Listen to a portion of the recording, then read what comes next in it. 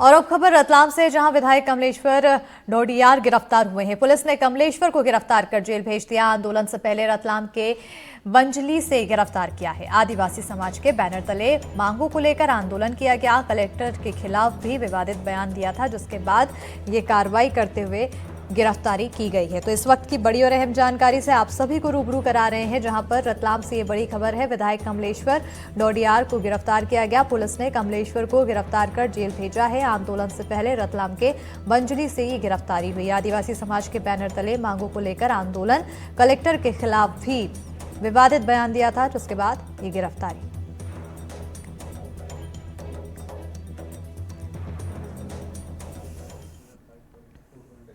और अब खबर भोपाल से है, जहां अंतर्राष्ट्रीय गीता महोत्सव का आयोजन किया जा रहा है। बताते चले कि इस दौरान गीता पाठ का वर्ल्ड रिकॉर्ड बनाया गया। इस आयोजन में 5000 से ज्यादा आचार्य कर्म योग का पाठ करते नजर आए। लाल परेड ग्राउंड में गीता महोत्सव का आयोजन किया गया। आचार्य गीता के 3रे अध्याय का सस्वर पाठ कर वर्ल्ड रिकॉर्ड बनाया गया है।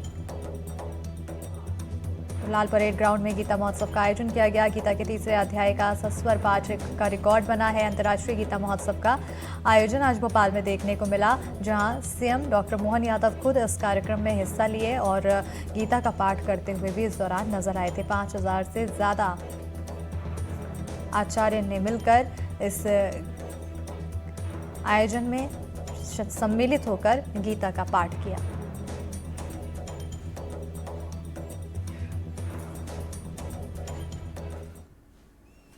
खबरों में आगे बढ़ेंगे, बात करेंगे देवेंद्र फडणवीस की, जहां एक बार फिर महाराष्ट्र के सीएम बनने के बाद 2 राज्यों महाराष्ट्र और एमपी के करीब 4 लाख हेक्टेयर भूमि को सिंचित करने वाली ताप्ती मेगा रिचार्ज योजना में तेजी आने की उम्मीद जगी है। जुलाई 2023 में उप मुख्यमंत्री रहते हुए देवेंद्र फडणवीस ने योजना में आ रही अड़चनों को दूर करने का आश्वासन दिया था और ऐसे में उनके मुख्यमंत्री बनने के बाद दोनों राज्यों के लोगों की उम्मीद एक बार फिर जगी है।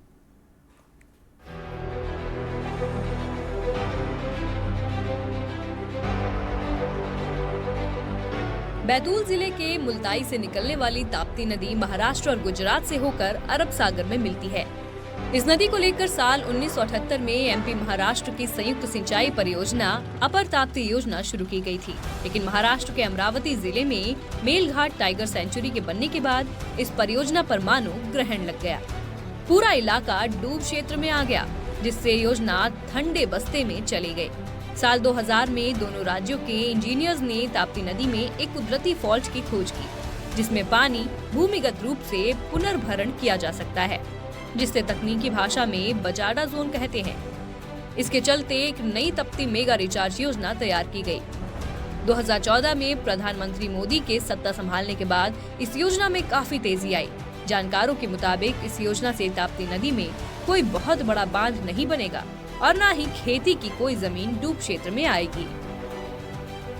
ताप्ती मेगा रिचार्ज योजना माँ ताप्ती के आंचल में एक विश्व स्तरीय मेगा प्रोजेक्ट है, जो एक पायलट प्रोजेक्ट होगा विश्व का। एशिया में इस प्रकार की कोई रिचार्ज सिस्टम पहला होगा इसके लागू होने से। माँ ताप्ती पर धारनी से लेकर महाराष्ट्र के भुसावल धुलिया तक लगभग 200 किलोमीटर के क्षेत्र में एक ऐसा फॉल्ट है जिसको बजाड़ा जोन के नाम से भारतीय इंजीनियरों ने कल्पित किया है और उसका नाम दिया है बजाड़ा जोन। इसमें पानी अपने आप जमीन में रिसता है और उसका रिसाव से जमीन को रिचार्ज मिलता है। योजना लगभग फाइनल स्टेज पर है। इस योजना से मध्य प्रदेश और महाराष्ट्र के साथ साथ गुजरात में भी ताप्ती नदी के पानी का उपयोग किया जा सकेगा। जुलाई 2023 में महाराष्ट्र के उप मुख्यमंत्री रहते हुए बुरहानपुर विधायक अर्चना चिटनीस ने देवेंद्र फडणवीस से मुलाकात की थी। अब उन्होंने इस योजना में आने वाले सभी तरह के अड़चनों को दूर करने का आश्वासन दिया था। वहीं अब देवेंद्र फडणवीस महाराष्ट्र के सीएम बन गए हैं। ऐसे में दोनों राज्यों की उम्मीदें भी बढ़ गई हैं। ये इतना प्यारा समय है जब देश के प्रधानमंत्री माननीय नरेंद्र मोदी जी हैं। मध्य प्रदेश में भारतीय जनता पार्टी की सरकार बहुत बड़े बहुमत से बनी है। जब डॉक्टर और मोहन यादव जी हमारे मुख्यमंत्री हैं, और ये इतना स्वर्णिम संयोग बना है कि महाराष्ट्र की कोटि कोटि जनता ने महायुति को समर्थन दिया। देवेंद्र फडणवीस जी, जिनकी खुद की रुचि का विषय है ताप्ती मेगा रिचार्ज, आज वो मध्य प्रदेश की सरकार के साथ साथ महाराष्ट्र में भी वो सरकार का बतौर मुख्यमंत्री वो नेतृत्व कर रहे हैं। मोहन यादव जी यहाँ नेतृत्व कर रहे हैं।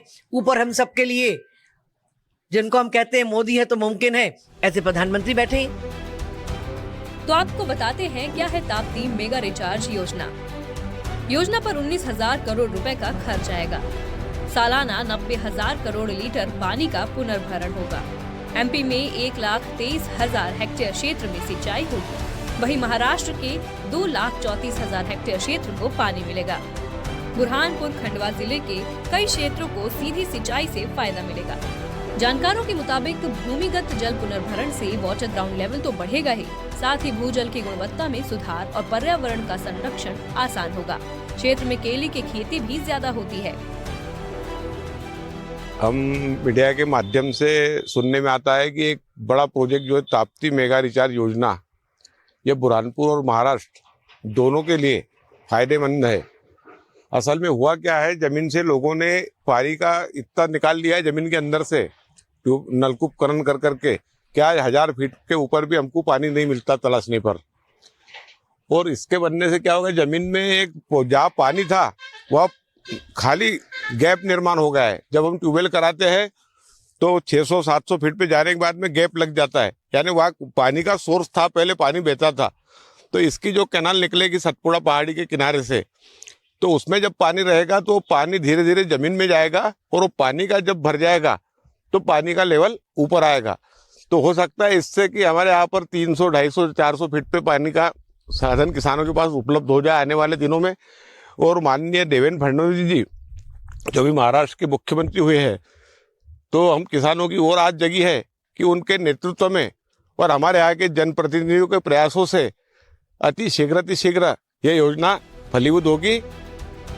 ताप्ती मेगा रिचार्ज योजना एमपी और महाराष्ट्र के किसानों के लिए वरदान साबित हो सकती है।